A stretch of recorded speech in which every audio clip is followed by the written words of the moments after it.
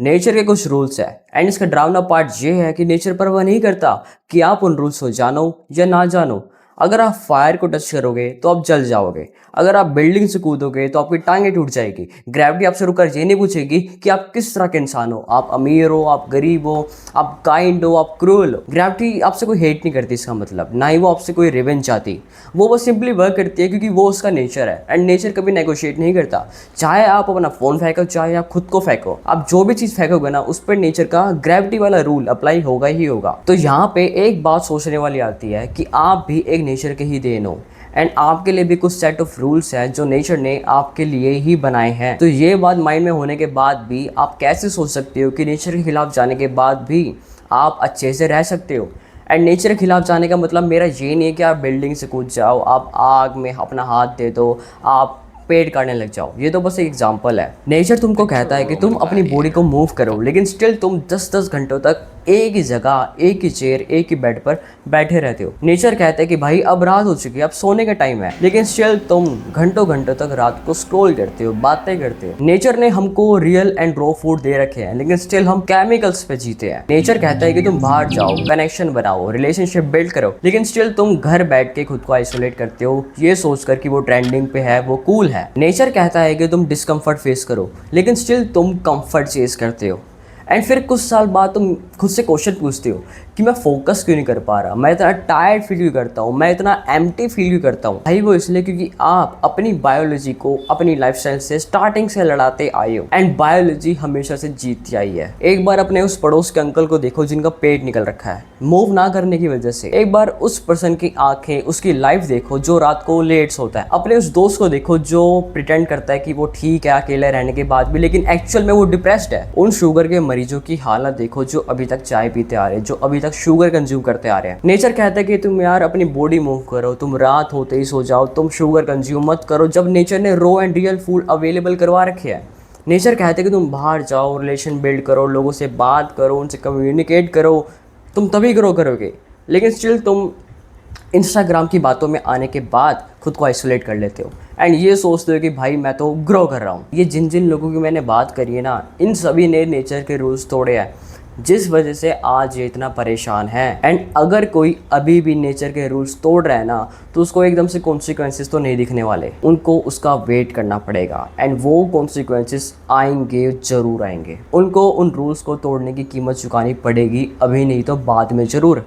लोग गलतियाँ ये करते कि उन्हें लगता है कि एक दिन जिम स्किप करने से क्या हो रहा है, एक दिन रात को लेट सोने से क्या हो रहा है, एक दिन गलत खाने से क्या हो रहा है, एक दिन गलत चीज़ देखने से क्या हो रहा है। तुमको लगता है ना एक दिन से कुछ नहीं हो रहा। एग्जैक्टली यही तरीका है नेचर को आपको फंसाने का। नेचर तुमको एक दिन में पनिश नहीं कर देगा, बल्कि वो एविडेंस इकट्ठा करेगा। Every bad decision is like putting 1 drop of poison into a glass. एक ड्रॉप से कुछ नहीं होने वाला, ड्रॉप से भी कुछ नहीं होने वाला, लेकिन जब ये 2 से 50, 50 से 100, 100 से 200, 200 से 300 बढ़ेगी ना, ये सोच कर कि एक दिन से कुछ नहीं होने वाला, तो देखना तुम्हारी लाइफ एकदम से कितनी कड़वी होने लगेगी। एंड देखो मेरी बात ध्यान से सुनो, मैं यहाँ पे एक सेंटेंस बोलने वाला हूँ, वो हमेशा याद रखना। Every habit is a vote. हर एक हैबिट आपकी एक वोट है। Every late night is a vote for tomorrow's exhaustion.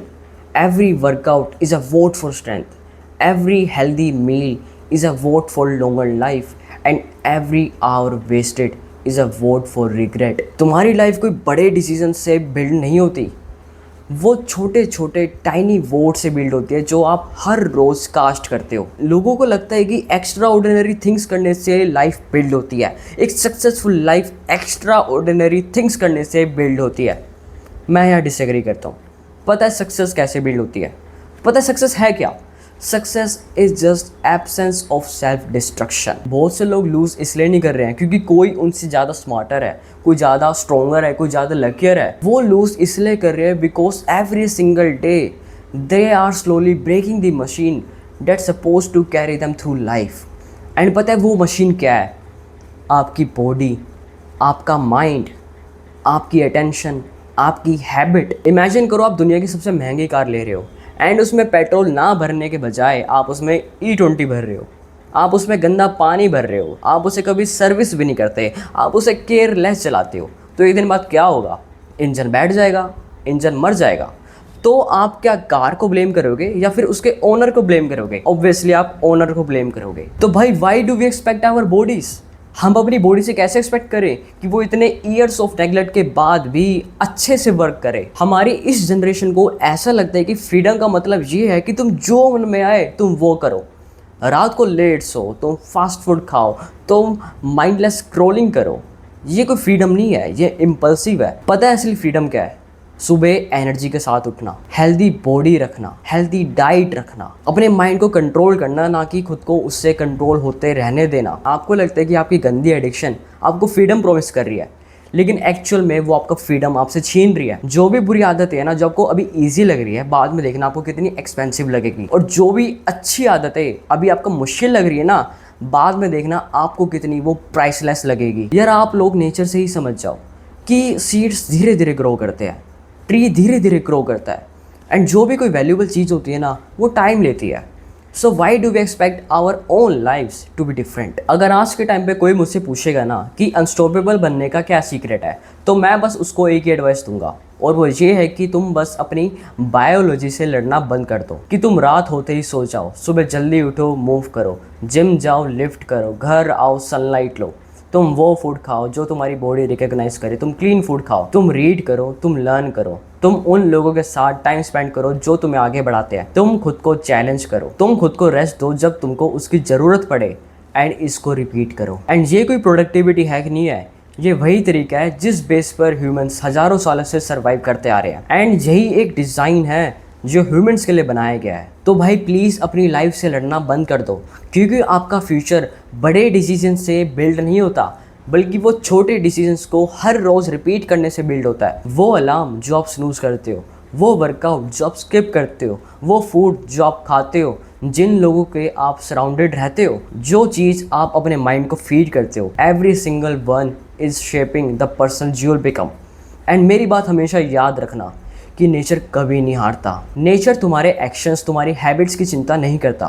तो क्वेश्चन ये नहीं है कि किस तरह की हैबिट तुम्हारी लाइफ को अफेक्ट करेगी, क्वेश्चन ये है कि किस तरह का फ्यूचर मैं बिल्ड करने जा रहा हूँ उन हैबिट्स से जो मैं अभी रिपीट कर रहा हूँ। क्योंकि एक दिन के बाद तुम्हारा फ्यूचर बिल्कुल वैसे ही दिखेगा जैसी हैबिट्स अभी आप रिपीट कर रहे हो। So don't play with your life, because your future is build by the games you play today.